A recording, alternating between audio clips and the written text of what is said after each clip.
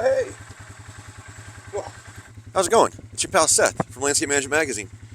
Yeah, got a new toy. It's actually not mine. Shout out to Polaris for lending me a Sportsman 570. They asked if I had a little extra room in the HOJ. I said, yeah, I got a little. And they said, well, you probably should borrow this for a little bit and then tell us what you think about it. And who am I to say no to an offer like that? So thank you, Polaris. But the reason I'm really here right now is to tell you about the April issue of Landscape Management. It is out now. I hope you'll check it out.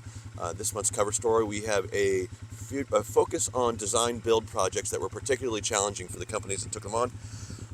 Scott Hollister and I co-wrote this article with 4 different sources. We talked to these companies about the challenges that they overcame, what they used to get the job done right, and what that moment's like when you think you might not be making money on a project because it's so darn hard, but then you end up nailing it and getting a happy customer and making a buck off the deal too. So check that article out.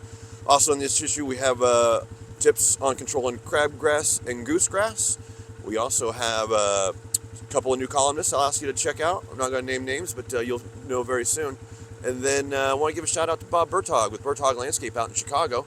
I did a 5 questions Q&A with him, and Bob told me about some trends he's seeing in Chicago. One interesting one that it's not the backyard anymore. He's booking a lot of clients who want to improve their front yard space so they can have the neighbors come over. So something to keep an eye out for.